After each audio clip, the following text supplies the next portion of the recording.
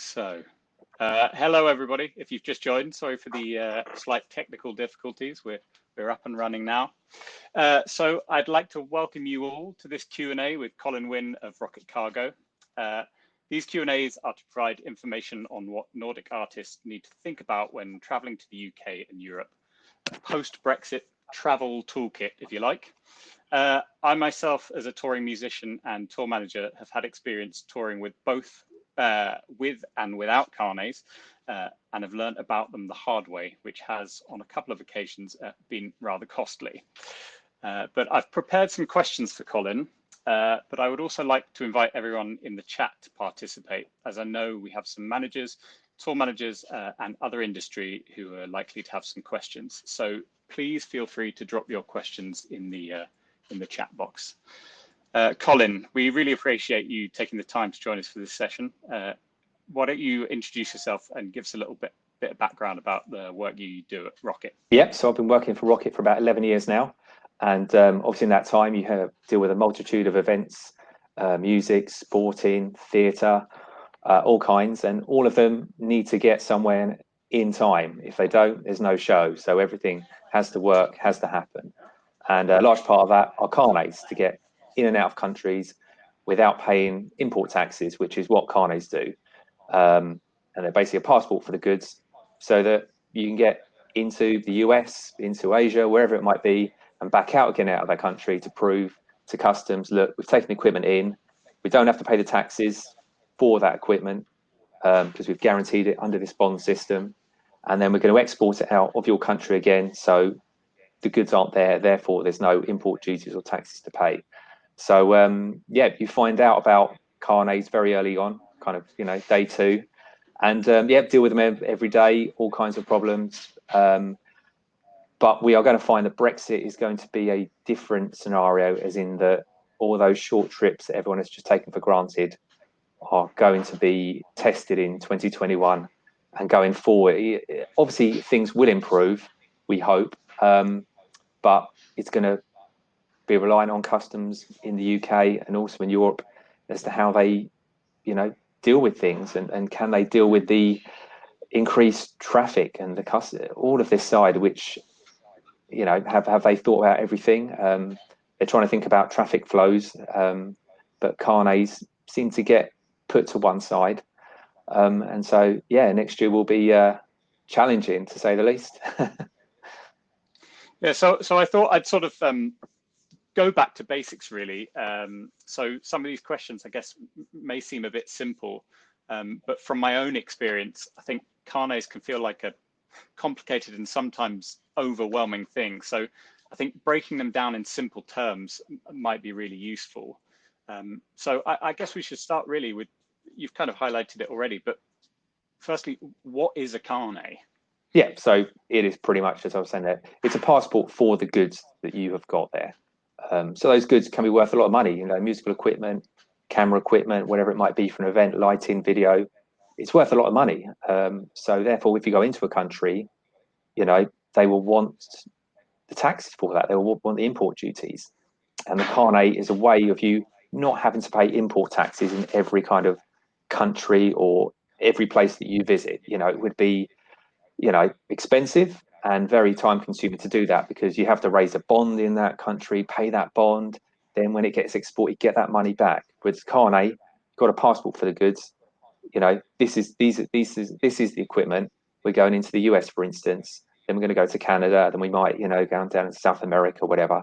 It gives you the chance, although South America, all those countries don't have CARNETs, but it gives you a chance to just have this document, and that gets you through all of those issues. So that's kind of what the CARNET is. So for professional equipment, it is, you know, a must-have in lots of countries.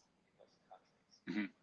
And is it always necessary to have one? So, for example, if you're a band flying with hand carry instruments, be it guitars or pedal boards, that sort of stuff, do you always need to declare those goods with an official document, or can you?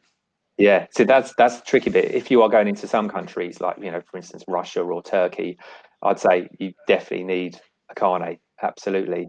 Some countries where, you know, a bit more relaxed, if you're carrying your own guitar in a case, or you've got something in a suitcase, it's not obvious that it is professional equipment as such.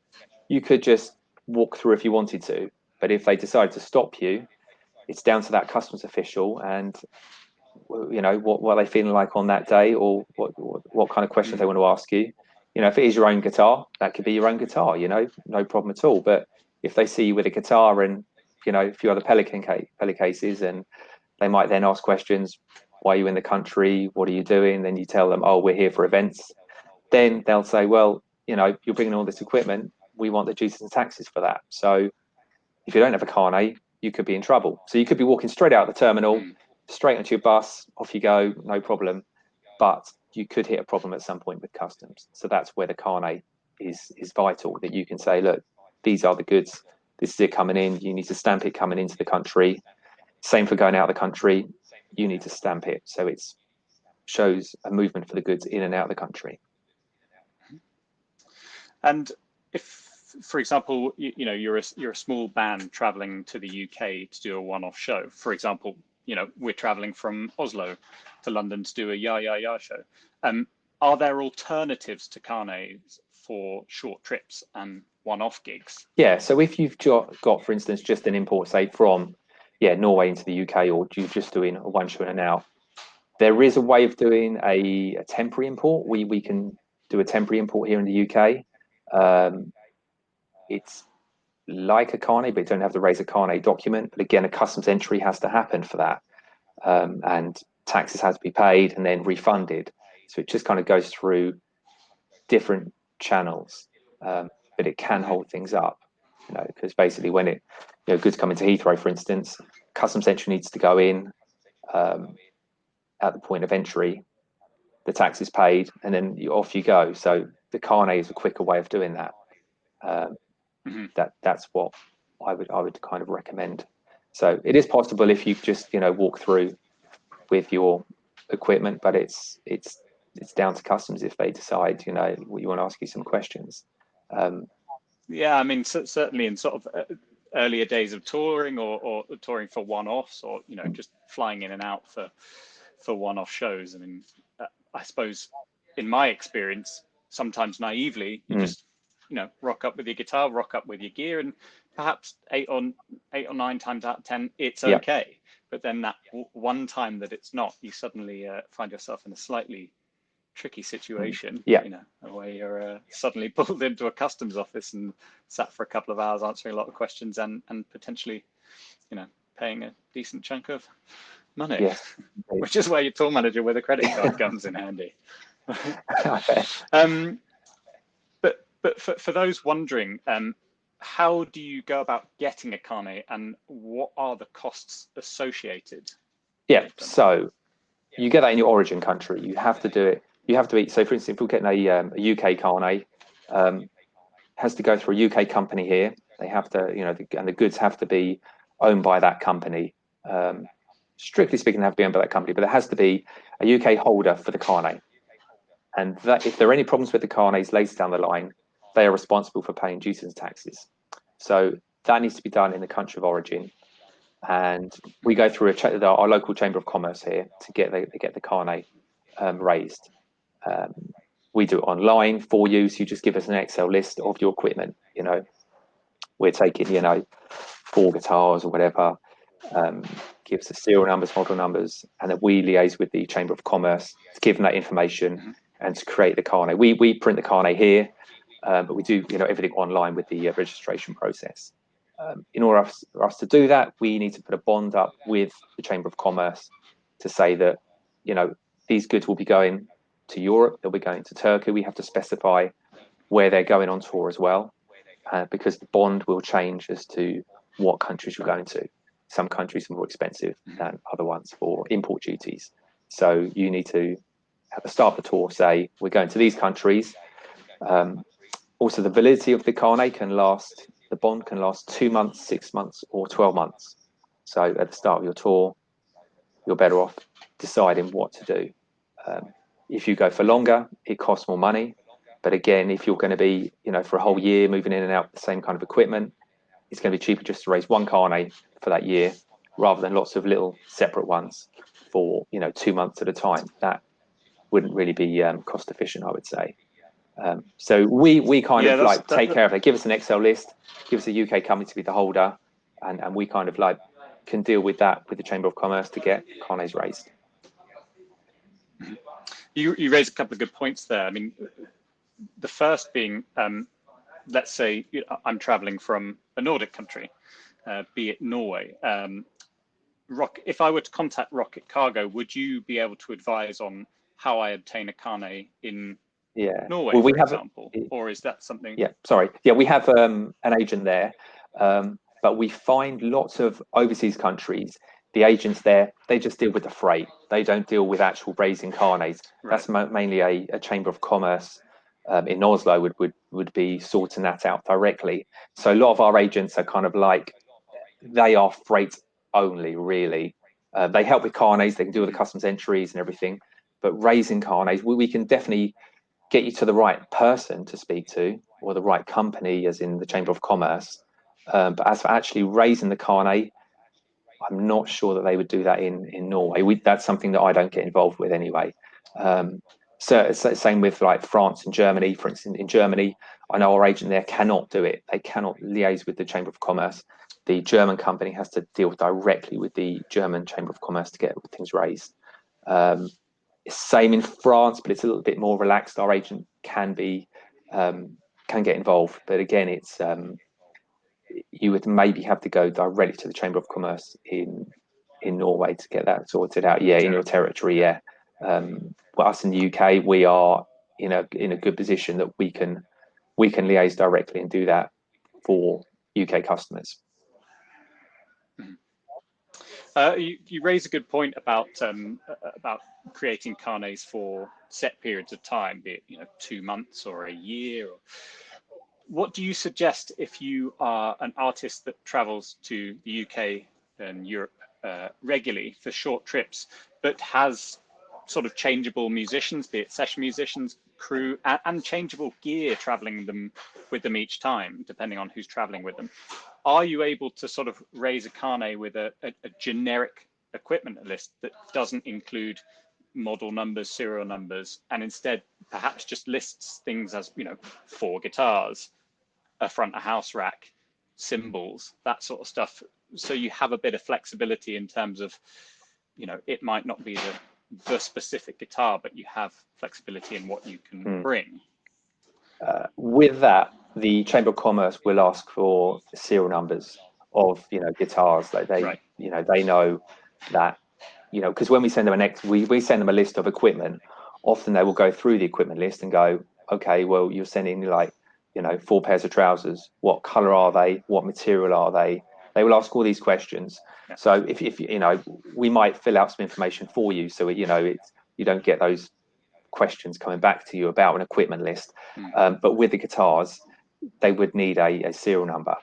What I would suggest, if you have sessions players, then is to list, say, all of the guitars that might be taken, all of the equipment. So you might have a list of, say, 20 items, 10 guitars and all the other equipment, for instance. You might just go on that tour with, say, 2 guitars.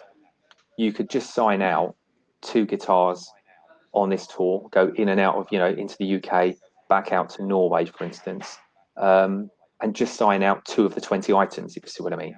So you could list them all on a carnet and only sign out the ones that you want. It's important that if we do that, though, that we sign out the right items in and out. So that's, so there are no claims at a later date, so no problems later down the line. So that's what I would recommend, is to have, I know it's always difficult because you don't know who you're going to be having on your, with you in 8 months' time, for like, oh, we want to do this show, we want to do, we want to play these tunes, we need, this session, singer or a musician. So that can be difficult, pretty much impossible, obviously, to do that. But an alternative is, of course, to hire gear in the country that you're going to. But that, I guess, that too can also be a bit of a, I mean, exactly. And again, the thing is, though, if you are going in with a hand carry amount or a small amount of gear, the customs official, if there's a whole truck of gear, they tend to kind of like they're not going to go through that truck. It's very unlikely they're going to do that. But if you only got, one guitar or a few little bits and pieces, they may decide, well, it's going to take me like a minute to like look at a serial number, to open it up. And will they look for a serial number? Yeah, it's difficult to know. You can kind of almost, I'm sure with some customs officials, as long as the brand was the same, you could almost just say, oh, look, it's the same pretty much, They might just want to talk about the guitar as well. Exactly. And often they've got a carnet. Some customs officials don't really know all the ins and outs of a carnet, so they get a carnet. They don't really know what they're doing with it. They're not going to tell you that. They never say that. They're always in charge of any situation, but it'll be down to them to what they want to do. How far they want to go. Depends where you're going. I mean, I think with the UK, you would be okay with most officers. But with Brexit, it's obviously going to be, carnets, they're going to be more involved with carnets. They're going to see them more often. So they will get more experienced at it, which will be good. But then they might well be checking for serial numbers more. You could be okay, to be honest. I guess it's hard to tell, like with all things Brexit, as we chatted before going live. I mean, it's quite a changeable thing. So information regularly changes, and the information available on the day might not be the most up to date, or the carnet officer customs officer, might not necessarily be aware of, the latest information, because that changed a day ago, 2 days ago. So yeah, as you rightly point out, I guess you don't really know until you get there on the day. But you sort of you pointed out a good thing about customs officers and going to different countries. And from my personal experience with carnets, it can be a bit of a saga sometimes, because locating customs officers and correctly filling out the carnet isn't always straightforward, especially when sort of traveling by road or air, or connecting flights and knowing where the customs officers are, communicating in sort of foreign languages. And let's say turning up at airports at 6 o'clock in the morning before the customs office is even open, and you need to get it signed out in order to close the carnet when you get back home. But do you have any tips for touring musicians and parties when it comes to sort of locating customs officers, how to sort of how to sort of approach the subject? It's always so tough. Or what to think because about. You get to that terminal. Okay, you can do some advanced, check what a terminal's like. You might better look online and get some details on, where is the customs office? But then you turn up, as you say, at 6 in the morning. Guess what? They're not there. There's no one there. I think with Brexit coming along, because the customs entries will need to be done, there will be more of a customs presence at every terminal. At the moment, Gatwick, for instance, they've got international flights to the US, but most of their flights are to Europe. So most of their traffic flows in and out, no problems with the customs. Don't have to deal with that at all. But they have got some US flights, but trying to find out a customs official is difficult. And it's the same with places overseas. It's very difficult at times. But I would suspect with Brexit coming along, there will be more customs officials there. So I would say that would be kind of a beneficial thing for carnets going forward. I would say that you will be able to find an officer a lot easier than present. I've had it myself where I've had to go into we deal with the American football. They coming in and out of Gatwick when they come over for the games. Trying to go over to the terminal to find a customs official at like 4 in the morning isn't always easy. It's quite difficult, because the cargo bit is closed down during the night. So you go into the terminal, and it's difficult. I know that, So we've got a question in the chat from Kerry, who says, do you have to have a carnet for merch as well? And if so, do you have to pay tax on merch sold? So that's a very good question. For merchandise, no, you wouldn't put them on a carnet, because the idea of equipment on a carnet, they will be taken in and out. They won't be sold in that country. that stuff will be going in and out. If you've got merchandise, that's a tricky one. If you've got a carnet and merchandise, it's going to depend on the customs official as to what they're like, because they may want you to pay import taxes on those T-shirts coming into their airport, to their country. So you wouldn't put it on the carnet because you can sell it. It's kind of down as a consumable. So that is a tricky one. They may well ask you to do to pay taxes on the T-shirts. It's very difficult to answer that question. It's a very good question, because we get that with tours that go around the world at the moment. You have we kind of tend to send the merch for the bigger tours separately, so they do pay the taxes at the point of origin, the point of the airport arrival, so it's all cleared in, it's fine to go. So if you pay taxes, can you reclaim the money when you get back home? I don't know how that exactly works. I know that if you were to import something into like Switzerland, for instance, merch goes into Switzerland all the time for some of our customers. I'm not talking about the hand carry small amounts. I'm talking larger volumes. They have the promoter, for instance, will often get involved in that, like a Swiss promoter, so they can then reclaim the VAT or the taxes, not the duty paid out, but the actual VAT. They then reclaim it back themselves. So it does need to be the same with if a tour was coming into the UK, for instance, with merchandise. If a UK company was going to be the importer of the goods, they could pay out the duty and VAT, and they would get the VAT back in their VAT returns. So that's something that they can reclaim. How you do it when you reclaim the money when you get back home, I'm not sure that's possible, because when the goods are there, they're sold and the entry is done there in that country. I know it gets more complicated, because if you go on a tour, for instance, you then want to leapfrog different countries. You're selling merch in all these different countries. Each country is kind of, for instance, going to want their slice of the pie for the taxes that the T-shirts you're selling in their country. So yes, we've had this conversation.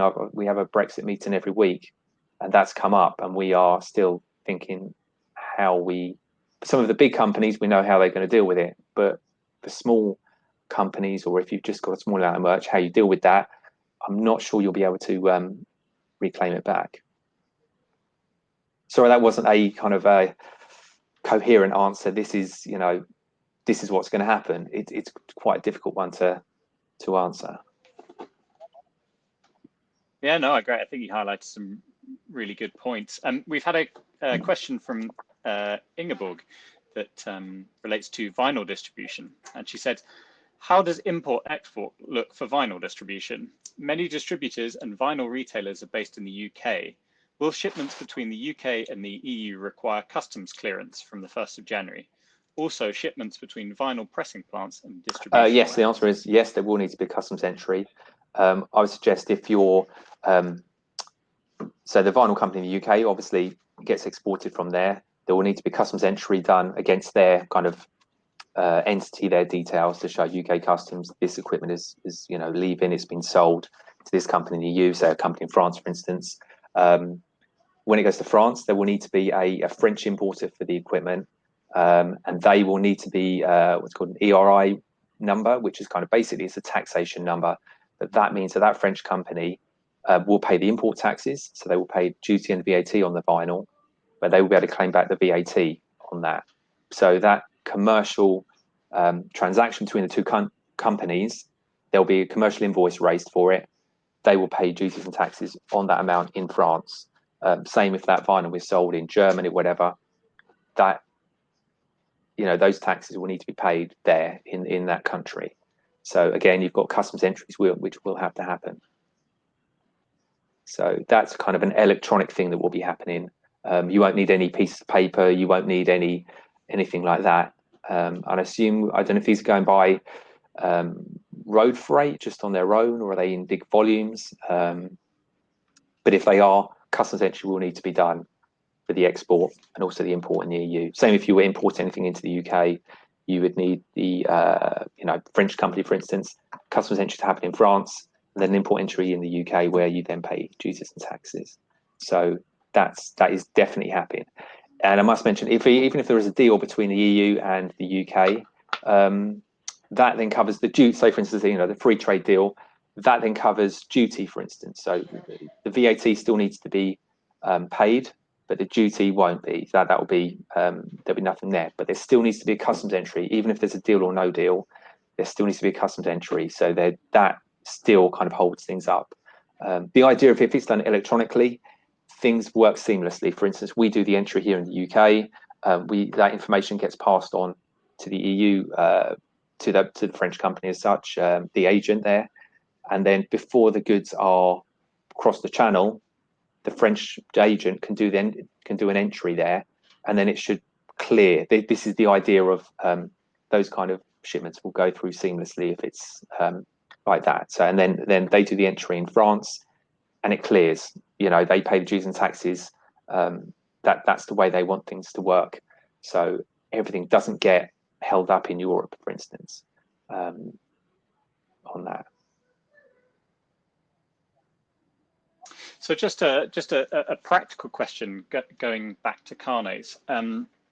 If I were to say travel from Sweden by road into Germany, as it's a Schengen agreement and EU, am I required to still complete an export, get it export stamped and then imported going into Germany? So is the tour started in example? Sweden? Is it Swedish goods and everything? Yeah. Yeah. So let's say that's fine. You wouldn't need anything goods. inside the EU.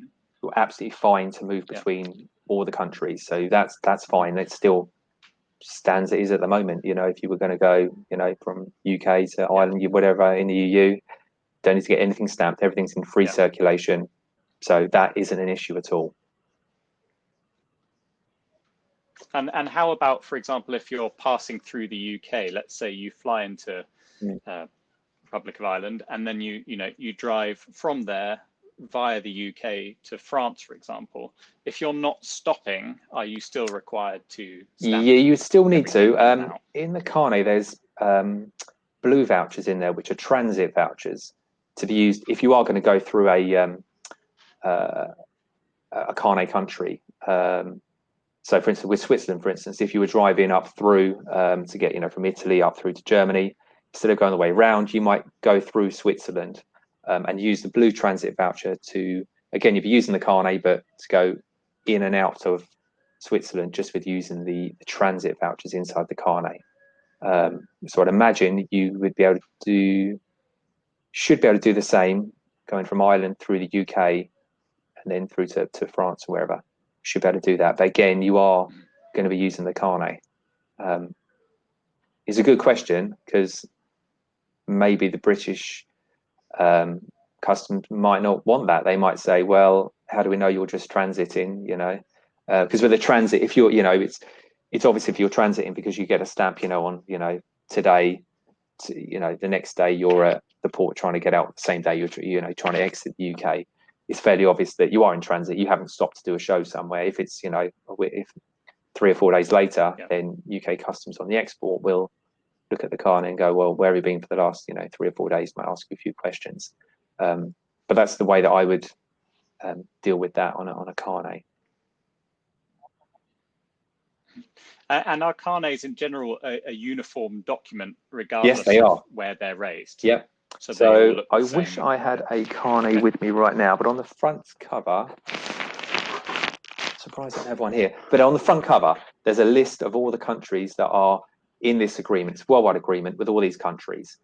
Pretty much got every country in there, apart from, say, South America and Middle East countries. They've all joined up to this agreement to say, look, we understand tours need to go on, production equipment, for instance, it needs to go in and out of these countries. This is the best way of doing it. So yes, you will see on the front cover all the countries that are listed that have joined up to this agreement. And the Carnet, that's as good as a passport. Your own passport. If you're going to fly into anywhere in the world, your British, Swedish, Norwegian passport that will get you into that country. And it's the same with the Carnet. It will get you in there. Awesome. Well, listen, I think we're coming up to the end of the session. But thank you for participating in this. It's been really helpful and some really great information. For anyone wondering regarding rocket cargo, Colin, do you think you could put in the chat a link to your website and perhaps some more information if people want to dig a little deeper and understand a bit more, and perhaps even contact you for information regarding definitely. I mean, we're in a good position here in our London office here, where we raise CARNETS internally. So we deal directly with the Chamber of Commerce. If you give us an Excel list of the equipment that you've got in a certain format, we can turn CARNETS around quite quickly. So it's kind of what we do, what we set up for. So yeah, we can definitely help on raising CARNETS. We can definitely help on that. Yeah. All right, brilliant. Well, listen, thank you very much. Okay, no worries at all. That's really good. Useful session. That's all right. No, much appreciated. For anybody that's watching, feel free to hop over to the other sessions now, or if you're between sessions, then you can hang out in the Ya bar or take advantage of the networking button and see who you might meet. But from myself, thank you, Colin. My pleasure. Thank you very much. Thank you, everyone, for watching. Thank you. Bye. See ya.